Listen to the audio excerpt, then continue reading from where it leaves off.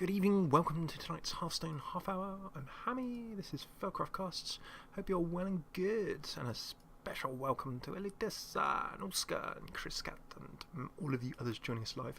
It's Arena Tuesday, so what we do on Arena Tuesdays, as always, is you folks have earlier voted on Twitter for what you would like to play as your hero. This evening you had the choice of Hunter, Paladin or Rogue, and I can officially say that Hunter has got the nod, so let us jump in and pick Hunter. Now what we do is, firstly, we pick the deck together, live on stream, twitch.tv/FailCraftCast. Secondly, we then jump in and see how it plays in a couple of games. So Hunter has been picked, and Hunter we shall go into. So before we start, and while the chat get busy deciding what they want to pick first, we'll go through our basics. And our basics are our very rough principles that we draft our decks by. So if you're brand new to Arena or similar, reasonable ones to start with. And generally speaking, not bad to keep in mind when you're drafting arena decks or playing any kind of draft in any kind of card format. So in Hearthstone we do pretty much 3-4 things. Number one is we pick 3 arbitrary times while we're drafting the deck to review it. That just slows us down and makes sure that we can take a look and see how our deck is building and see if it's got a theme or a tactic that we can build towards. So it means by regularly reviewing our decks at 10, 17 and 25 cards, we are forcing ourselves to take breaks as we draft that 30 card deck, and meaning that we can see how it's building together. Very important because it means that you can keep a theme going.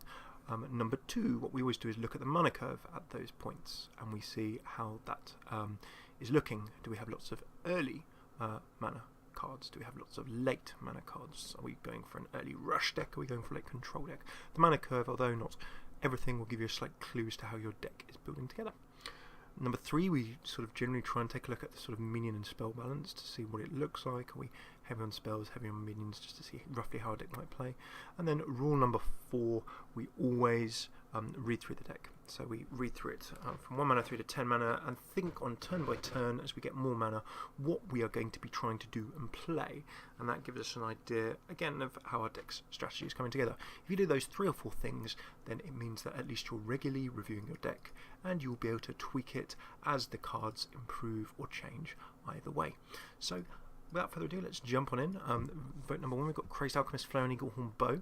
Crazed Alchemist, weird science, swapping the health and attack of a minion, great if you have low health, low attack, high health minions to switch them around, or something like the Nerubian Egg, meaning you can instantly kill it and spawn what it needs. Flare, losing stealth, drawing secrets, drawing a card, never bad. And Eaglehorn Bow, fantastic with secrets. You can control with it. Whenever a secret is revealed, gain 1 durability. We have a split between Blow and Flare. So in the case of a split, then I jump on in, and good evening as well to you, Mouldy, who is joining us as well. So great to have you with us also. Flare, good. Eaglehorn Bow, great for control. Crazed Alchemist, we just don't know. Ooh, a Flare comes in, and welcome to Molly. Flare is picked. So we have a next in the Earthen Ring Farseer, a Tauren Warrior, and a Nightblade. So the Farseer, 3/3/3, a good drop for his mana cost, and restores the 3 health as well. So never a bad thing. Next up, the Tauren Warrior, Taunt, Enrage, and +3 attack. So good in terms of becoming chunky and early, but not maybe the best at a tank, but then has got a bit of an attacking bite as well. And then last but not least, the Nightblade, so slightly underpowered in terms of raw stats for the 5 mana cost, but then gets a 3 damage to the enemy hero.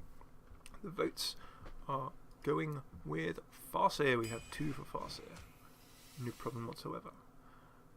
Next up we have 3. We have the Imp Master, we have Savannah, Highmane, or Simba as he is also known, and the Almighty Defender of Argus. So 3 solid cards there. Imp Master, at the end of your turn deal 1 damage, and summon a 1/1 Imp, so good for swarming, which is always awesome. The Savannah Highmane, really just chunky. You throw it down, when it dies it summons 2 hyenas. If it's not silenced, then it's there, big, bad and nasty. And the Defender of Argus, a shame that he came in on this particular pick, but really strong as well. giving adjacent minions 1/1 and taunt, so useful for just beefing up all of the minions on your side of the table and creating those tanks, which is what the taunt ability is. It means that very, very hard to boot through your opponent's side of the table. So Argus can be a pick in so many situations, but Highmane has got to the vote. So next we have Master Swordsmith, the Young Priestess, and Deathlord.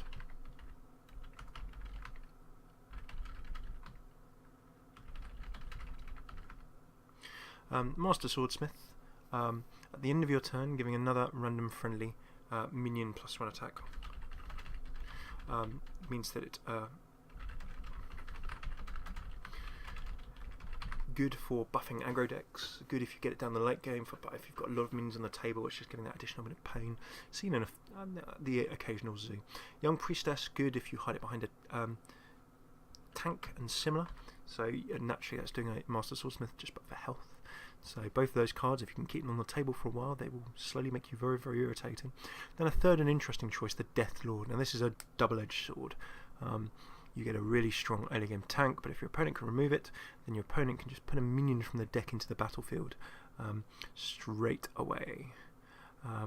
So the Deathlord is great if you can somehow sort of slow a little bit.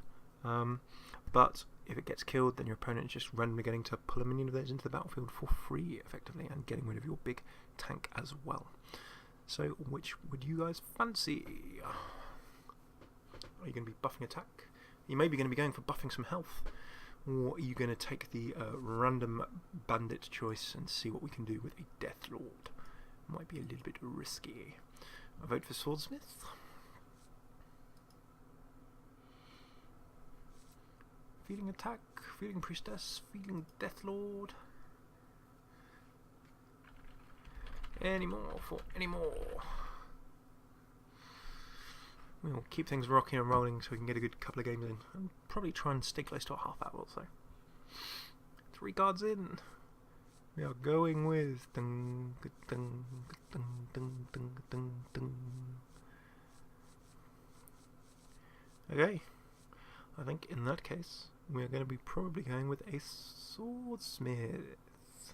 Swordsmith has got the nod, so you guys going aggressive in this case. And next we have a Mind Control Tech, a Murloc Tidecaller, and a Sun Fury Protector. So the Mind Control Technician in drafts, in Arena, you generally tend to see more minions on the table, so being able to steal one at random is not bad. And at worst it's a 3 mana, 3 attack, 3 health, so it's a fairly solid all-round card. Not a bad thing in a pinch in Arena. Murloc Tidecaller, whenever a Murloc is summoned in game 1 attack, well that's all well and good if you have Murlocs. We don't at the moment have Murlocs, we could try and pick them, but really a Murloc card. However, a 1/1/2, it will stay alive, potentially a turn or 2 if you draw it turn 1. And last but not least, the generally solid Sun Fury Protector. No, its stats are a little overcooked in some ways. That 3 health is quite good for 2 mana. But then we have the Battle Cry of giving adjacent minions taunt. So like a Defender of Argus, no stat boost, a lot cheaper to play, and you can start creating tanks all over the show. So 3 interesting options. Maybe a slightly weaker one in the Murloc Tidecaller, but if you vote for it, that's what we'll go for. Mind Control Tech and Sun Fury Protector. Vote for Mind Control Technician. Reminds me of Yogi Bear. Hey, boo-boo, we want a picnic basket. Terrible Yogi impression. Mind Control Tech. Protector. Gotta vote for Protector. Who be decided? Who be decided? We're split down the middle. And if we are split down the middle, then I get to step in for a little intervention and pick something. Don't make me do it. You have the power, as Dr. Phil says, to make a choice. In this case, we don't know what we're going to be going for at the moment. We could go for the Tempo. Ooh, I'm going to have to go for Sun Fury Protector in this case. Reason for that, I think that tanking stuff up. Oh wow, we've got some interesting choices there. That's a really nice choice. That's the second Defender of Argus we've seen, so I don't need to go through that again. It's just a good card. And then an Ancient Watcher, and then the card I was referring to earlier in the Nerubian Egg.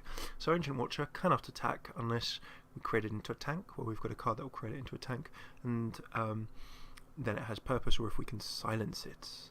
And then last but not least, Nerubian Egg. Good if you can give it attack or something, if it's not silenced. Ooh, and one for Argus, one for Egg. Are there any more for any more? But the Egg, if we can give it attack, or if our opponent decides to knock it out, then suddenly you get that 4/4 Nerubian, which on turn 3 is just nasty.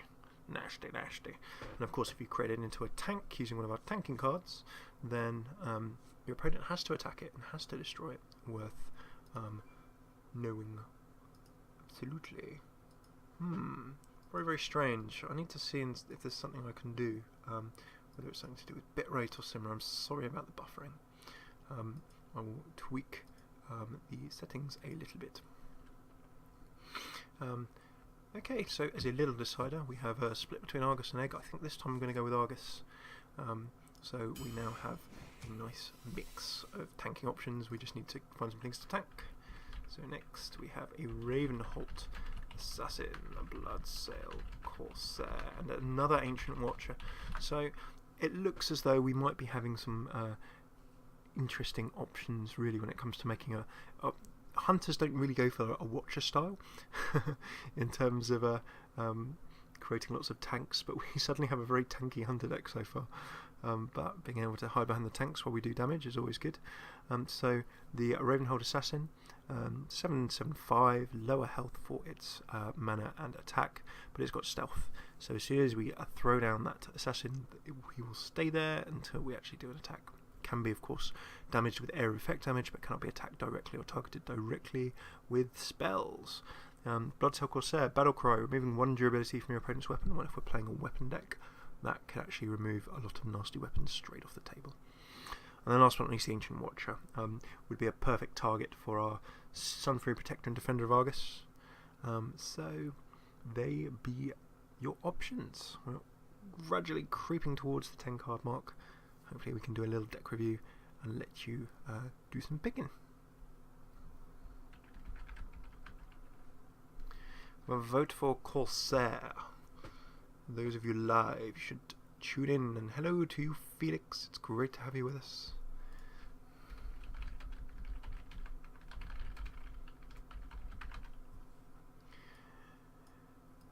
And a vote for Watcher.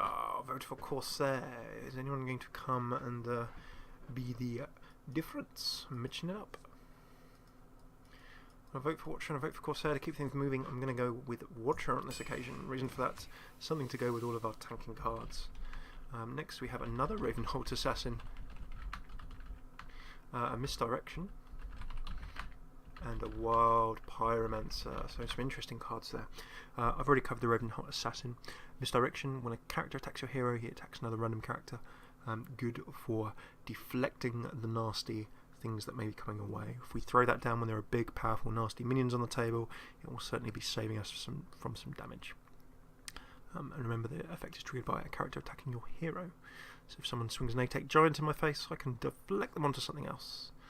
And then last but not least, the Wild Pyromancer. After you cast a spell dealing 1 to all minions, it is the friend of everyone fighting zoos, fighting rush decks.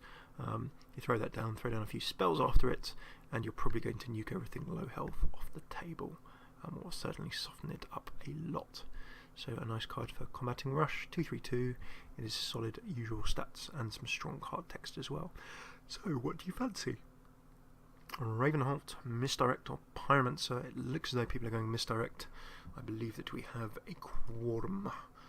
Enough people, and welcome to Mr. Bellatrix also. So it looks as though we've got a vote for Misdirect, and let us keep on going and grab a Misdirect. And then next, epics. We have a Gladiator's Longbow. Let me just try and type that out properly. A Bestial Wrath and a Snake Trap. Okay. For those of you, the yawning is infectious. I do apologise so much. The reason for that is because I was home quite late last night. I woke up my wiser half and the dog and everything. Work. I was out working on the launch of Destiny. So it was a very long day yesterday. A very good one, very exciting one, but a very long one. But we can talk a bit more about that in my 100th episode. 100 episode celebration, which I'm going to film at some point over the next week or so. It has already been slightly delayed. Gladiator's longbow, and we can come in the late game and do some horrible damage with that. Your hero is immune while attacking, which is great. It means you don't take damage, and I can swing for 2 with that 5. So double 10 damage. That could be an execute. Bestial Wrath, give a beast 2 attack and immune. Again, another immune effect, meaning that I can get a beast to attack and not take any damage. Snake Trap. When one of your minions is attacked, summon 3/3 snakes. And as Chris Cat in the chat has said, pray for a buzzard. Those snakes are beasts. They will trigger the Starving Buzzard's effect of drawing cards for each beast summoned. So, a nice option there. But Longbow has been voted for, so Longbow is the pick. And next we have an Explosive Shot. An Ancient Watcher again. A Violet Teacher. It looks like a Watcher Hunter. So while folks are picking, we're going to be at 10 cards after this. I'm just going to do a quick deck review with those principles we went through earlier. So firstly, mana curve. We have a lot of 2 mana drops by the looks of things, but really we're spread out across the curve, so we don't know whether we're early game or late game deck at this point. If we then jump in, take a look at the sort of general mix of spells against minions. We've got 1, 2 spells, and then we've got a weapon, and then we've got 4 minions. So it looks like we've got minions on the table, a couple of tactical spells, and then a weapon to start doing some swing with. So that's not necessarily bad for a hunter. And then last but not least, let's see what we do turn by turn. Well, we've got Flare. Misdirect can go down any time. Flare can go down early or be used to remove secrets. With a Watcher and a Swordsmith, a Sunfury Protector, an Earthring Faster, and Defender of Argus, we have a real core of solid defensive minions in the early to mid game there. If we can get some combos of these out and bigger minions, we're putting up big walls for our opponents to get past. And then the Savannah Highmane is offensive or can be a tank. The Longbow will help us mop up minions and similar. So a very strong core starting to the deck there. So there you go. We've taken a point, reviewed the deck, taken a look at the mana curve, looked at spells versus minion mix, and then read it through. That's our 3-4 principles quickly done. So next we'll take a look at 20 cards. The vote has been for Explosive Shot. We've covered Ancient Watcher. Violet Teacher is good if you can cast a lot of spells. We don't have that many. The Explosive Shot will let us clear. So a very nice, sensible decision by you folks in chat. Loving this deck so far. It's amazing when some people aren't here that we don't pick Priest. There's less ooze. We do love the ooze. So first up, Dancing Swords. That's a double-edged sword. No, really it is, quite literally. When you jump on in, your opponent draws a card, but for 3 mana you get a slightly overpowered card for its mana cost. Next, Bloodfin Raptor, just a real solid 2/3/2. It will trigger all beast effects. It can benefit from all beast effects. And then Tracking. Tracking's a dead sort of a deck thinner. It will help you accelerate in terms of putting pressure on a little bit earlier. But we have a vote for Raptor. Tracking good to let you pick cards and thin through a deck. Oh, Mr. Bellatrix flies in at the last minute with a Raptor, and Raptor's position is secured. Next we've got a Kobold Geomancer multi-shot and a Timberwolf. Geomancer, spell damage +1, otherwise it's a 2/2/2, so solid stats for cost. Spell damage doesn't really benefit us because we've only got Arcane Shot and a couple of other things. We do have other spells. Next, multi-shot, 3 damage to 2 random enemy minions. That is table clearance, pure and simple. And then last but not least, Timberwolf. Your other beasts have 1 attack. Do we have beasts? We have 1 beast, 2 beasts at this point in time. So the wolf is fine, but we may just need to pick some more beasts. Pretty clear with that. Multi, not enough beasts yet, so we've got some for wolf, others for multi. This looks as though I get the deciding vote unless we have someone in the chat. Is Felix going to pipe up? Someone else going to pipe up? I'm going to go for the decider. And given the picks, I think I agree for the time being with the multi. We don't have quite enough beasts, so the multi will give us general utility. Next, Leopard Gnome, but we're a hunter. There will be so many beasts in here that I'm pretty sure a Timberwolf would work out anyway. So let's see whether I'm right or not. Leopard Gnome, Scavenging Hyena, and a Mogushan Warden. The Leopard Gnome, you drop for 1, you charge in. If he dies, then maybe he does 4 damage to the enemy with his 2+2 attack. Maybe he does 2. Maybe he trades a minion. Either way, he's going to do 2 damage somehow. So a value damage drop if you want pressure in the early game. Scavenging Hyena, whenever a friendly beast dies, gaining the 1/1 becomes so nasty. Again, reliant on beasts. So we need to start picking beasts at some point. There is so much beast in Hunter that grabbing a few beasts is a good plan. And then last but not least, the Mogushan Warden. A solid tank. Of course, he has tank already. Could benefit from Argus.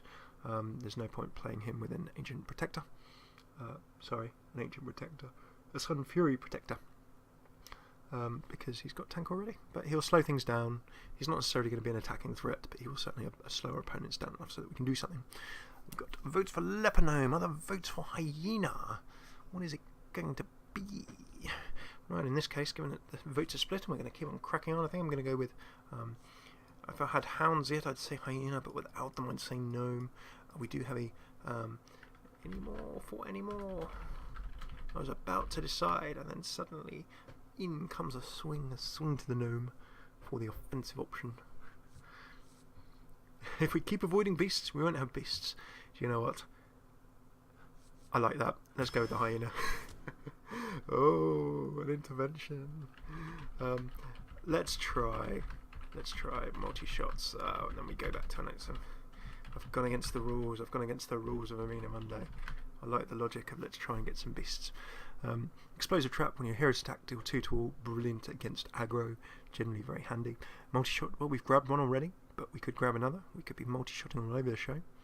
And then the Ancient Brewmaster, returning a friendly minion from the battlefield to your hand. You can bounce. And are there cards we'd like to bounce? Everyone's gone for Explosive Trap. No brainer. Let's keep on rocking. Storm Pike Commando, a Jungle Panther, a Fairy Dragon. The Storm Pike Commando, 4/2, he will probably get pinged off the table after he is put down, yet he does that 2 damage. So is he worth it? Is that 2 damage worth it? It's up to you. Jungle Panther, again, vulnerable, but for 3 mana rather than that 5. He gets stealth as well, so he can sit there on the table. Unless there's area effect damage, he's not going to be shot off too quickly. And then the Fairy Dragon cannot be targeted by spells or hero powers, means that it can go on the table and can only be attacked by minions. So it is a solid damaging card. We've got 1 Storm Pike, we've got a couple of votes for Panther, and the Panthers have carried it into the mid game. There's been a call for no 5-drops, and we are very, very in the early game. A good point in that we're sort of certainly an interesting mana curve at this point. We're going to go back to Diplomacy. It's like Twitch plays Pokemon. Democracy against Anarchy. I went into Anarchy mode with that. Scavenging Hyena. A River Crocolisk. Spiteful Smith. And Timberwolf. We've covered the wolf. The Croc is a 2/2/3, a good target actually for various tanking options. And then the Spiteful Smith. You're arranging your weapon as 2 attack, so we do have 1 weapon. Maybe we draw some more. Tell a lie. I know. Sorry, I thought that we actually picked the bow. We didn't pick the bow in the early game. So wolf. The wolf option is coming in. Any more for any more? Looks as though that popular vote is probably with wolf.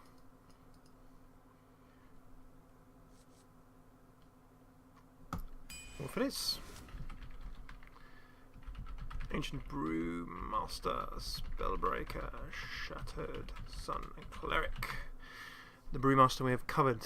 Solid stats, 5 attack, 4 health actually, so even if the bounce doesn't benefit you, it's not the worst minion in a pinch. Spellbreaker, 4/3, vulnerable to getting removed with that 3 health, quite low. But the Battlecry of Silencing a minion can save bacon, save your neck on many an occasion, and just generally make the game a lot more nice for you. Silencers are great. And then the Shattered Sun Cleric, an aggressive early game option, solid stats, and also buffs a friendly minion. So for that, it can be good for rushing, good for early game pressure, but the silence has been voted. Unless there is anyone jumping in for anything else, then it looks like silence is going to be our draft.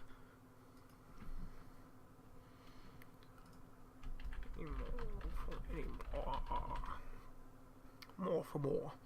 No more for no more. So it looks as though that Spellbreaker gets nod.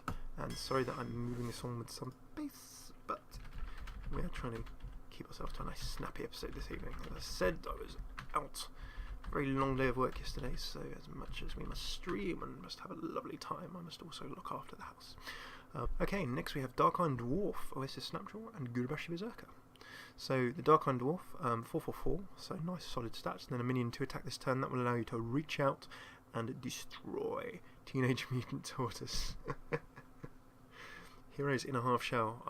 Speaking of Teenage Mutant Ninja Turtles, ooh, the new film, what do you think? Have you seen the trailer? Is it going to be good? Is it going to be bad? I just don't know it's going to be good. It doesn't look like the Turtles I know and remember. But I digress.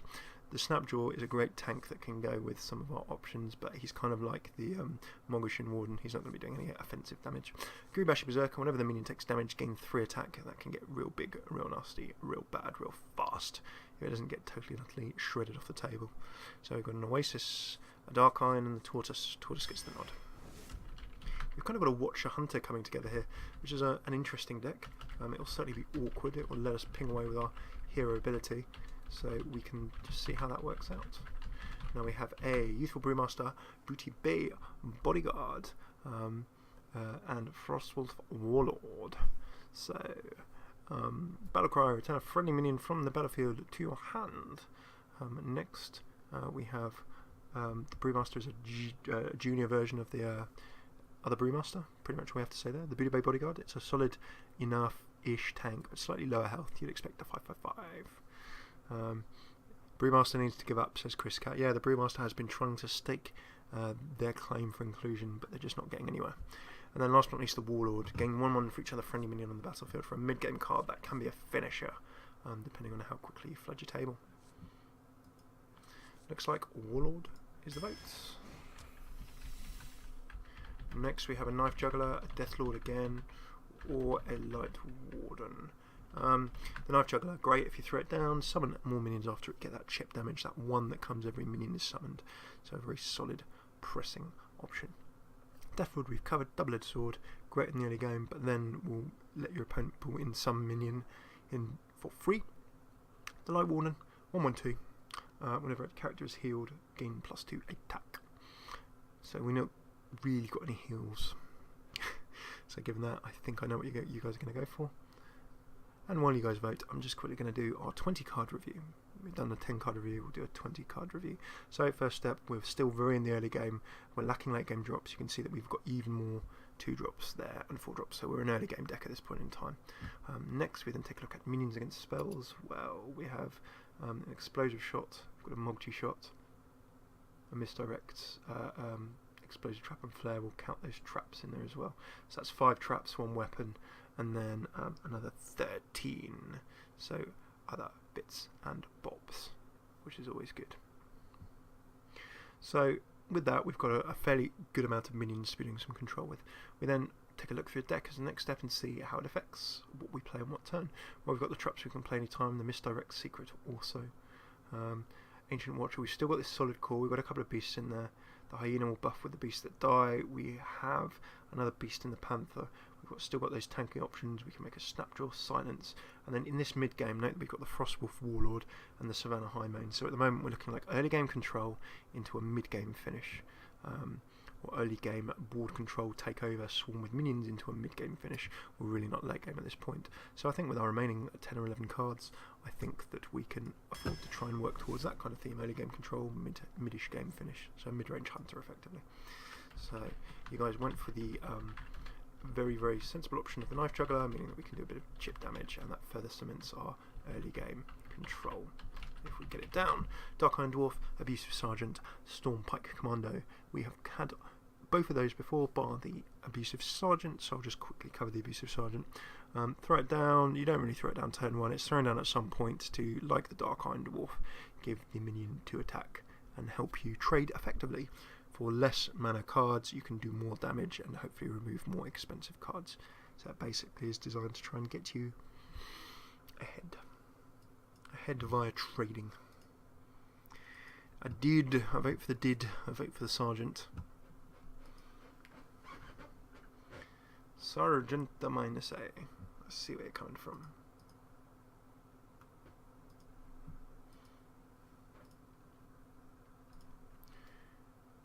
Anyone for things, and a good evening to Zano. Great to have you with us. Goodbye to Zano. Okay, so we have a bit of a tie, and in the event of tieage, I think we're going for a Dark Iron Dwarf. I like the thought of a bit more sort of midish game.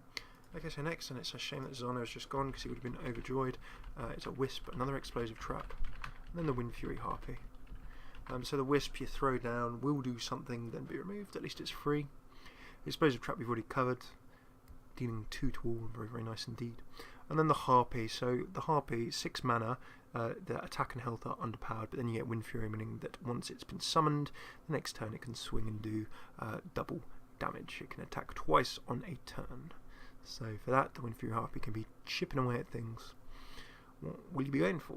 Will you be going for a trap? It looks like the trap has got the vote. Secondary for the Wisp. I love the drafting of backup options. It looks as though the trap gets our vote, so trap it is. Spiteful Smith, the Raid Leader, and the Chillwind Yeti of all things. We've covered the Smith, the Yeti, one of the hero basics, one of the best basics in the world ever, along with the Water Elemental, as I love to preach. The Raid Leader gives all your other minions one attack a good early game buff. The Chillwind Yeti for 4 mana, the 4 attack and 5 health. Solid. Can attack, can do damage, can tank if you put a taunt on it. We do have things that can put taunt on too. Taunt on 2. Sounds like some kind of Star Wars reference there, as opposed to Taunt on 1. Taunt on 2. A vote for the Yeti. A vote for Arel, Raid Leader.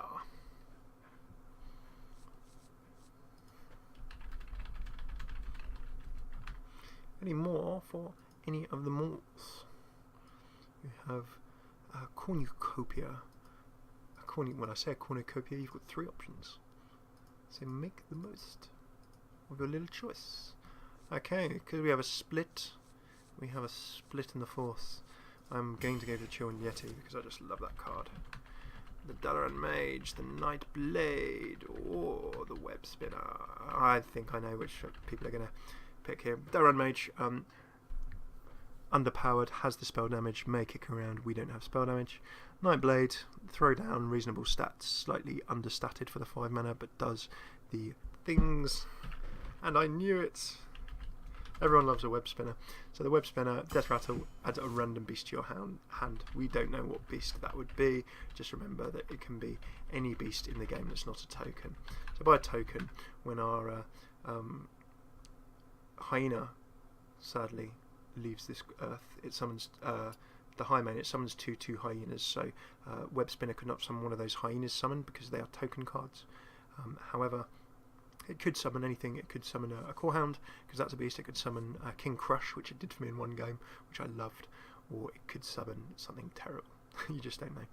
Corehound, low health, so high attack will come in, hopefully swing once and then die. Deadly Shot, destroy random minion for the early game control, and Dalaran Mage we've already covered. So we have votes for Deadly Shot. And now we've had a swing. Some people going for beasts, other people now going for the spells. Taking turns to take different opinions. Hound is a valid choice. Ooh, changing vote. Oh, the swing. In comes the Hound. And next we have the Zombie Chow. I don't know why I pronounce it like it's something out of a Kung Fu movie. Dramatic last minute change. Swings vote in Hearthstone Arena Contest Voting Thriller. That's a bit of a long title. The Zombie Chow, because it restores 5 to the enemy hero, you use it in the early game really to trade off minions on the table. You're not using it to try and do damage to the face. But not bad. Overpowered. So it has to have the negative effect on the Death Rattle. Arcane Shot, 1 mana, removes something. Absolutely fine. Then the Stranglethorn Tide, well for stealth and 5/5/5. There's nothing really wrong with it. When you throw those down, particularly in Arena, then they're hard to remove.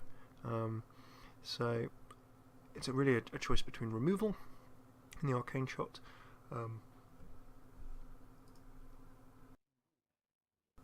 I'm sorry I muted the microphone there. You're not here to listen to me yawn on stream. My apologies. Feels like people are going for the Tiger. Well, good choice. It's a beast. It's mid-range. It sits really well with a lot of the things that we're trying to build in this deck. So I like your choices there. The Haunted Creeper, the Novice Engineer, and another Explosive Trap. Oh, we could have so much fun with explosive traps this game. Just trap, boom, trap, boom, trap, boom. Novice Engineer, throw it down, it draws a card, it dies. That's all you really need to know. 2 mana, you get a card draw, and maybe a little chip damage. The Haunted Creeper is value, and the reason it's good value is because it's a twofer. and we love our 2-4-1s. That is all of the twofer. Welcome, Asak.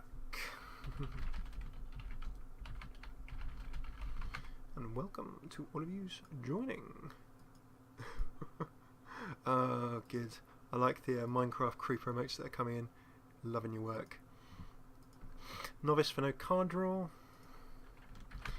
Okay, we've got votes for 2 creepers and 1 novice, so the vote actually goes with creeper. And then there's a good point. We have no card draw. We're going back to democracy. Democracy gets the choice. Deadly shot or an oasis snapjaw. So die will fail for adjacent minions have 1 attack. It is another beast. It will power us up a little bit. Deadly shot destroys random enemy minion. Obviously you want to whittle your opponent's side of the table down to the smallest minions, and then make a shot and kill the biggest minion. Then the oasis snapjaw if we're going for double turtles. We've already got 1 turtle, which I think we were looking to tank up. So we have the heroes in a half shell, and we have 1 vote for oasis, 1 vote for direwolf, and 1 for deadly. So we've had an entirely split vote. Decider required. Paging deciding vote. We have some of you out there. Share us your wisdom. Your votes will make the difference. Otherwise I will choose a completely even split between all 3 cards. Now that is rather unusual. We're almost there, folks. Almost up to 30. If I do not see a deciding vote in the next few seconds, I will make the choice. Okay, well, ooh, tortoise, ooh, switch. I'll vote against Oasis. I'll vote again Oasis. Okay, looks like the tortoise then got it. Next Lord of the Arena, Arcane Shot and Unleash the Douche. Right, the Arena Lord, a great tank for 665. Again, you know, he comes out, he'll really wall things in. Arcane Shot is control, and Unleashing the Doge. Everyone likes to do it. Do we have buff cards? We have, well, we can sacrifice things for the Arena. We can sacrifice things for a Hyena. We have things that will help, like our Frostwolf Warlord and similar things. And everyone has gone for Unleash the Hounds, the ridiculously awesome card that hunters have. And then finally, we have a Mana Addict, an Imp Master, and a Knife Juggler. We've covered Imp Master, we've covered Knife Juggler, and the Mana Addict. Whenever you cast a spell, gain 2 attack this turn. We have some spells, but not huge amounts. So we could get some value out of that, but really it would be going down to probably die.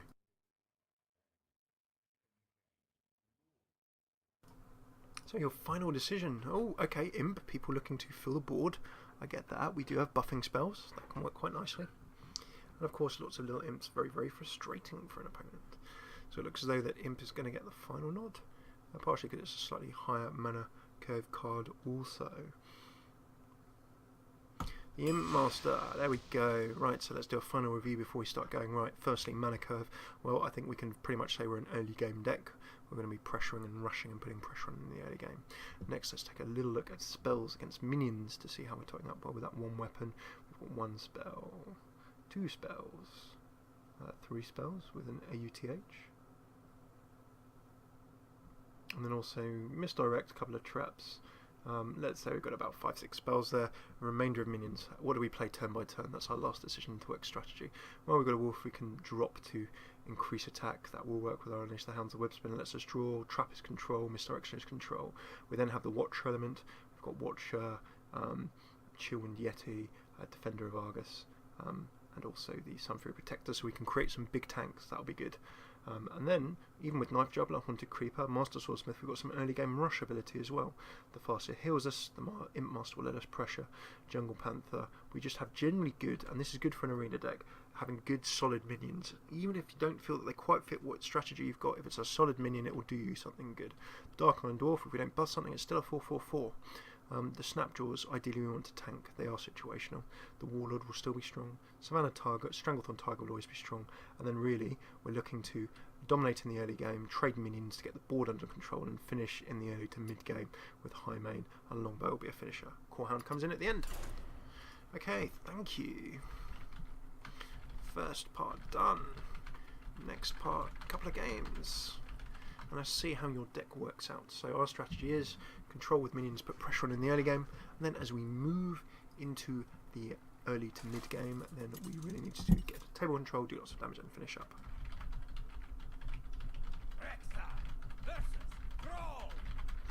Okay, so we have Shaman.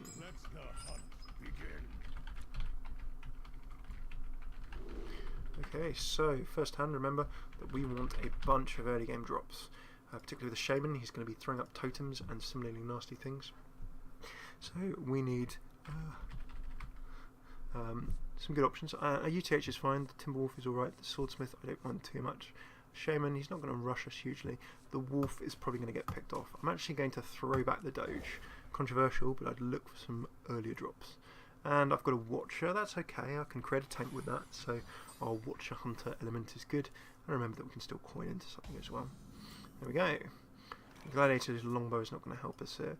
I'm going to get the Knife Juggler on the table early doors and pretty much say to our opponent, do you want to throw an overloaded spell to get rid of this? Have you got a charging Murloc? Basically trying to bait them out with something. Now this is baiting because this could just get discarded. I could have coined into a Watcher and waited for a drop, such as the Sun Fury or the Argus. Getting down the Master Swordsmith will cause a little bit more hassle. And look, nothing to react, but he can do damage.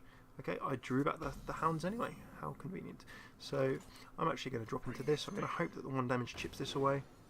Nope, I did not get lucky. In which case I'm going to I'm just going to charge straight in. That will do more damage, and if this does get destroyed, then at least it would get destroyed anyway, even if I decided to trade. So, the Flame Tongue Totem, he's gone for a straight trade there. Nicely played, and that totem is dangerous. I always dislike those in drafts. I need to get it removed and gone. However, I'm not going to get rid of it this go. I'm not going to unleash the hounds, so I'm just going to start tipping away at it. And my Master Swordsmith giving value, creating, as you can see, more dangerous minions every turn it plays. So the longer that stays there without removal, straight into a totem, 2 mana left. What's he going to do with that? That can't attack. The Novice Engineer can't draw, so he is really just accelerating some minions onto the board. But of course I can get this removed now, which is great. Explosive Trap, brilliant against I'm going to call them Shamanai, but I don't need it right now because I'm going to be able to remove a lot of his threats. So if we bounce into that, let me remove this. Those aren't a threat unless you Bloodlust or something, so I'm going to keep the pressure onto the face. And you can see that already by turn 4 I'm now shelling out a fairly tidy 10 damage on the next turn, even before I unleash the hounds. So getting the damage to the face at this early stage in the game, he could, of course, I know that he's a Shaman, he could Lightning Storm or anything at any stage and just do a lot of damage to all this. And there it is. 2 to 3 to wall. Is it going to be 2? Is it going to be 3? Well, we certainly lost this. And okay, he's actually managed to get the full trades on the table. Oh, well played to him there, but at least I got the damage to the face before those went. With this deck, happily, it's quite easy for me to make things up. I know that I've got a couple of traps. I don't really want him to attack to the face, so what I'm going to do is throw these down. Getting the Watcher down is a gamble because I'm looking to try and find one of my tanking cards, otherwise that is useless. I can silence it with my own Spellbreaker if that comes into play. But with the imps, I can certainly do a bit of trade. Down goes the Mogician. Okay, that's going to be very hard for me to get through. And you can trade across those imps all day long. Gladiator's longbow will let me move next turn. I'm really begging for a tanking option if I drop my Oasis Snapjaw. But I can drop an Explosive Trap to slow things down. And I can start chipping away with other pieces as well. So I'm going to Explosive Trap into a Snapjaw. 1 damage may seem a little bit silly, because it removes me one more imp. We'll see if that worked out or not. Next turn I can have 4. I still can't take that out quite, but I've got the longbow, so I've got, as long as I've got one thing that can do 1, that I can swing in with my longbow and get some removal going anyway. Down goes the Totemic Call, and with 5 mana left, there's certainly going to be something here. There goes Doomhammer, amazing card to deal in draft. He can swing with Wind Fury, that's going to be removing 2 of my minions. I'm probably guessing he's going for the Lilies. There we go. And oh, so the Explosive Trap has brought him within range of my longbow, which I like very much. Still got the hounds for a rainy day. And you know what, I think we just go straight into a longbow play here. Down that goes, and through we go. Next. So Arena distilling things into their basic forms. You can just see when all is even, or more even, in that we're all picking cards randomly. You can see that things like solid minions. The Watcher is an example of something that really only benefits if I get one of 2 cards out. Well, there are 3 cards that can benefit it. I silence it so it attacks, or I create it into a wall that my opponents have to deal with. Another solid minion, that is your Drake. Good stats, get spell damage if it benefits your deck, and you draw a card at the same time. What is there not to like? And just a simple double Wind Fury to the face with Doomhammer. Note that if he gets a buffed weapon or similar, then that becomes nasty as well. So at this stage I could take damage, but I really think that I want to compound my advantage, so I'm just going to start tipping away. Now, do I want to get rid of this? I think so. I'm just going to remove that off the table. And remember, because I'm invulnerable, at least my longbow has done some good control. It's removed some nasty minions. I've got table control. A shaman had a hex, then that would go on there, and that is what we've just managed to predict.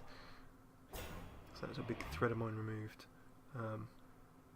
Now, the problem here is that you can see I'm lacking an offensive punch, apart from because I've got this shaman's health down earlier in the game.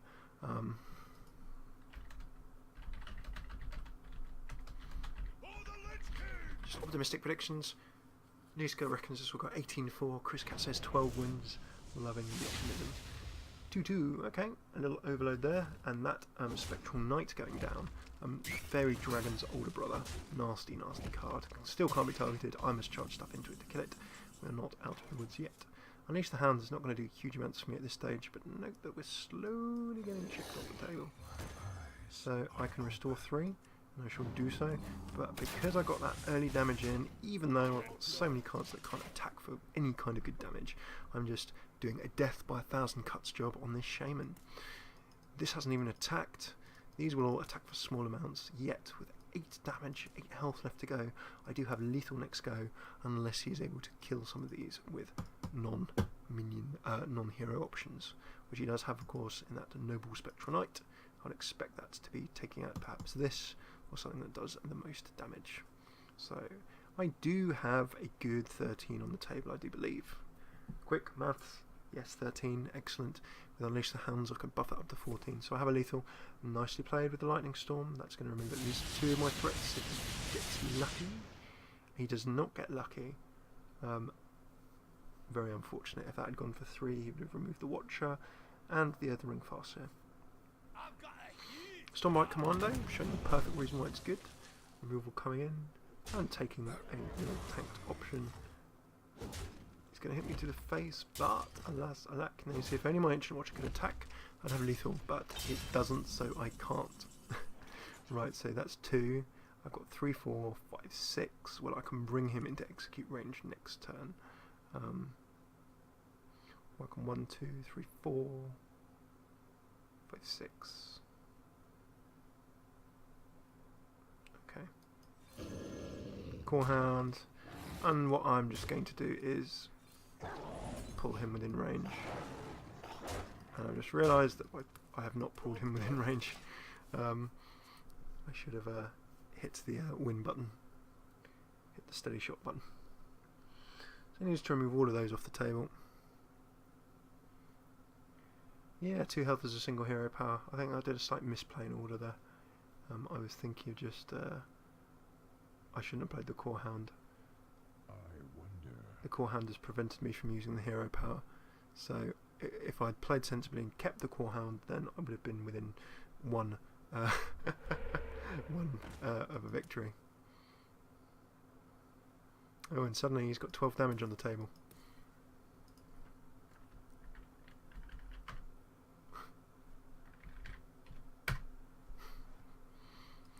Okay, a trade, another trade. Core Hound, of course, removed. 6 mana out of 10. I'm sure something's going to get removed here. Fire Elemental also moves, and note that he still has a bunch of damage. He's got 14 damage on the table. Frostwolf Warlord is not going to win me the game on its own. I'm just going to be like, so I hear that unless you can do 22 damage next go. Now, of course, if he had Bloodlust, then that would be ugly. He's got 14. He needs to do another 8. Can he do another 8 with 10 mana and the 4 cards he has in hand? If so, then I lose the game because of a misplay. And it's always a bad sign when your opponent charges into you, because it means that they might have an option. Oh! We played that a little bit too close to the wire. So there you can see that we managed to get some early game control. We got that early game damage in, meaning that our opponent was always trying to play catch up. So that was the key thing, really. If we'd not managed to get that early game damage in, then it would have been a lot close down to the wire at the end there. As it was a misplay, we shouldn't have played the Core Hound. That would have let us reach out to do the 2 damage with the Hero Power Steady Shot, and meaning that we could actually finish the game 1 turn earlier. So that 1 turn that we sacrificed could have been the difference between victory and defeat. So a good first game, well played, well drafted, and let's go into our second game, where we're going to play a rogue, none other than. Okay, so concepts will be the same. I'd like early game drop, so I'm going to try and hang on to the Sun Fury.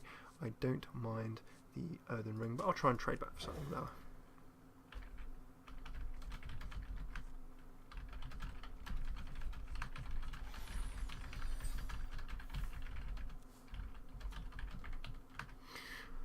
Righty-ho, so we're playing second once again, and with our mulligan we have not really drawn any huge early game drops. We're not going to be coining into anything there, so it's just a table tap. The Timberwolf is a target for removal, and it's really a lot better than Unleash the Hounds or similar. So with that in mind, I'm going to keep that in hand and see what this rogue is going to pull up towards us. And the expected 2 mana, I'm just going to grab my weapon and swing and see what happens. Turn 2, well, an explosive trap is not a bad option. When your hero does attack, deal 2, but I would prefer to use that against minions, so I'm just going to get some damage back in, and we will keep the back and forth bounce and flowing. Tap.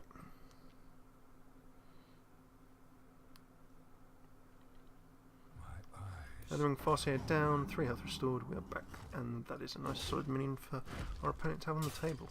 So Earthen Ring's always just healing up an ever-present hope in times of challenge and trouble. Right, I'm actually going to do something a bit quaint here. Coin into the Snapjaw, because I know I can Sun Fury into it next go. And then we'll just see the Eviscerate or similar coming out from the rogue, but it's worth a little scout to see what will pop up.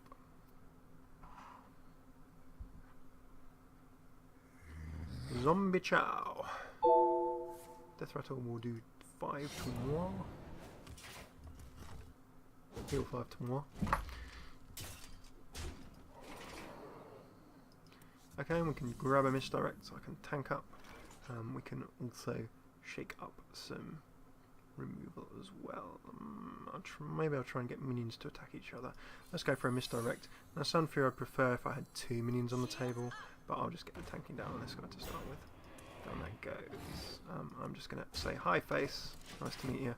Unless you can silence his own Zombie Chow, I know I'm going to be grabbing a heal advantage from that at some point. Adventure Mercenary, a great 5-drop, but you can see that it means that his minions will cost 3 more. Removal, removal, removal. Going for the removal, but not quite removing the tank. It's going to be valuable time.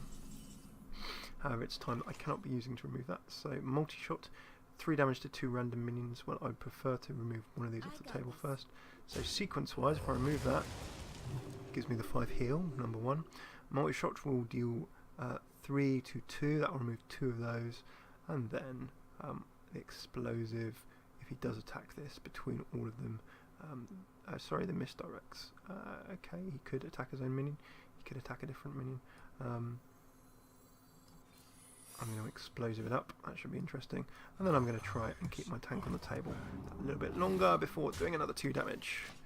I'm going to have to review that play order. So if he misdirects this, he will attack something else. And then if he does attack my hero, then it will do 2 to all. Okay, he's gone for the trades. He's still not able to play minions, because remember his minions are costing 3 more. So down goes the Dagger Mastery. His hero can swing out and remove my final minion. He's gone for the face. So I really want him to attack. Oh, wouldn't it have been great if he'd attacked his own Adventure Mercenary? That would have been very painful. So it certainly brings the Adventure Mercenary just close enough for me to reach out and remove with multi-shot or something similar. Or I can just get my high main on the table. I'm just going to get my high main on the table. Offer him the trade if he so wishes. Admittedly, dropping this now, he'll probably trade straight up.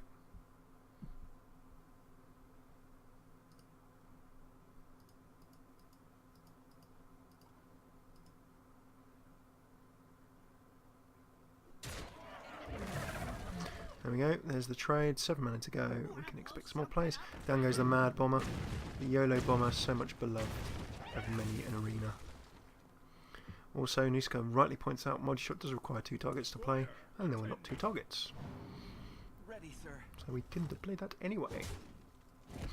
Okay, so now we have multiple targets for our multiple shots, and we also have an Unleash the Hound and a Timberwolf. There's almost a finisher there if we were feeling bold. Well, let's multi-shot to start with. I'd like to get this deck under control. And with the remaining trade, I think I shall go for this. Keep the pressure on, and we leave 1/2 minion on the table. Other options, I could have unleashed the Hounds before starting to remove things. That could have been an option as well. Ruby and Egg, we don't want to destroy that. Down goes another number 2 Venture Co Mercenary. 2 of those, very painful, hard to remove. Okay, so Unleash the Hounds and Timberwolf will give us 3 dogs with 2 attack. That will let us remove the Mercenary. It won't really let us do huge amounts else. It's certainly not a finisher. The Spellbreaker is a good drop.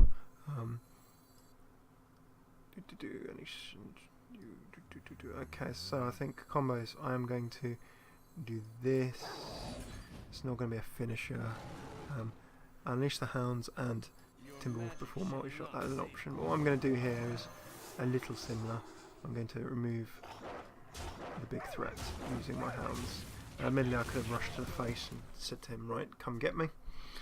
In hindsight, we'll see if that would have been the correct choice. I mean, with the minions I have on table, with my Stranglethorn Tiger, obviously a Rogue has got great removal, great control, and he'd have to be playing some of those, but I think I can get in some good damage over the next couple of turns.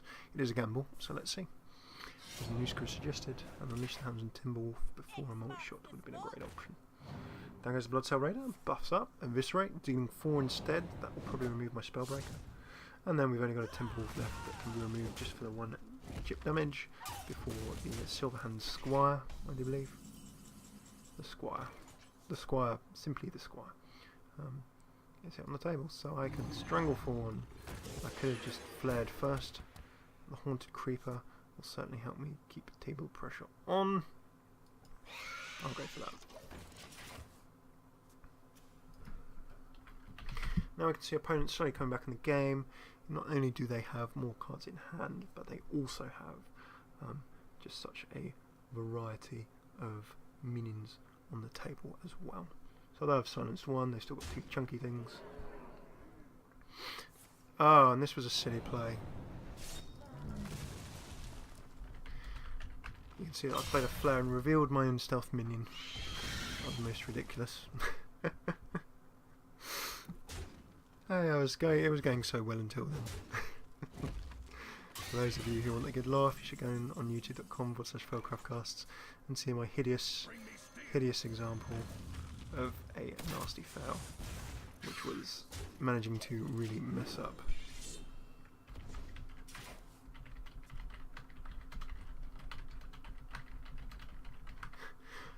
Zahano, no one sees the anti-stealth coming. They don't actually, because it makes no sense. So I've wasted 5 damage that could have been used. That may be the... no one expects you to defeat yourself. But I'm so very talented at doing so. Okay, the trades start coming in with that Death Lord. Well, it's going to be hard for me to remove. And even though I was starting in a good position, now we're going downhill fast. The 1-0 looking to become a 1-1. And actually, that's just what I wanted. A Defender of Argus. Hey pal. They're going to have to spend some time getting through that if he doesn't have removal.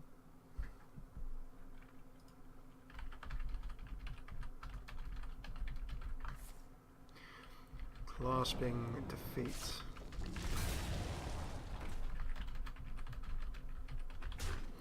And interestingly, not only does the Assassinate go down, great control, Death Rattle from the Anubar Ambusher, return a random friendly minion to your hand. That is going to be nasty. So it looks as though I'm pretty much in trouble. because we can see 5, 3, 2, 1. He has the 11, so that is a G.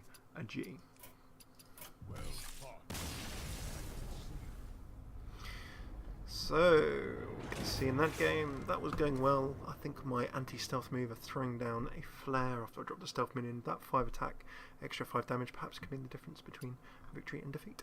So thank you so much for tuning in to tonight's Hearthstone and a half hour. We built ourselves a hunter deck. We're 1-1 at the moment, and we'll give you a shout.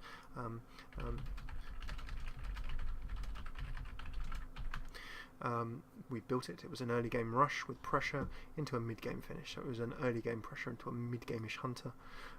It worked very well the first game. I think the second game we totally failed by flaring our own stealth minion, and I think that 5 damage or 5 additional damage may have made the difference because it was just removed from the table straight afterwards. So if you are new and have joined us, whether you're live or on YouTube, please don't hesitate. Please do come and join us again. You can find us at youtube.com/FailCraft Casts. A whole archive is there. Over 100 Hearthstone half hours, deck text, deck analysis, more Pick Your Own Arena, Ladder Wednesdays, and really just a whole bunch of Hearthstone content for whether you're new or a bit of intermediate player. Hopefully you'll grab something. Twitch-wise, if you throw a subscribe, it's totally free. We try and do 5 nights a week, and do some lunch times as well, UK time, so do check out our evening times there. We will always tweet on at FailCraft Casts with a time before we go live. And then last but not least, the website, failcraft.org. You can find a bunch of stuff there, news articles. I think we've got some guest contributors who are finally going to contribute something soon. So thanks very much for tuning in. We will be back tomorrow lunchtime. That'll be 12 or 1ish UK time, and then we'll be back tomorrow evening for a Ladder Wednesday, where we ladder and see what's going on. Thanks for tuning in. Hopefully see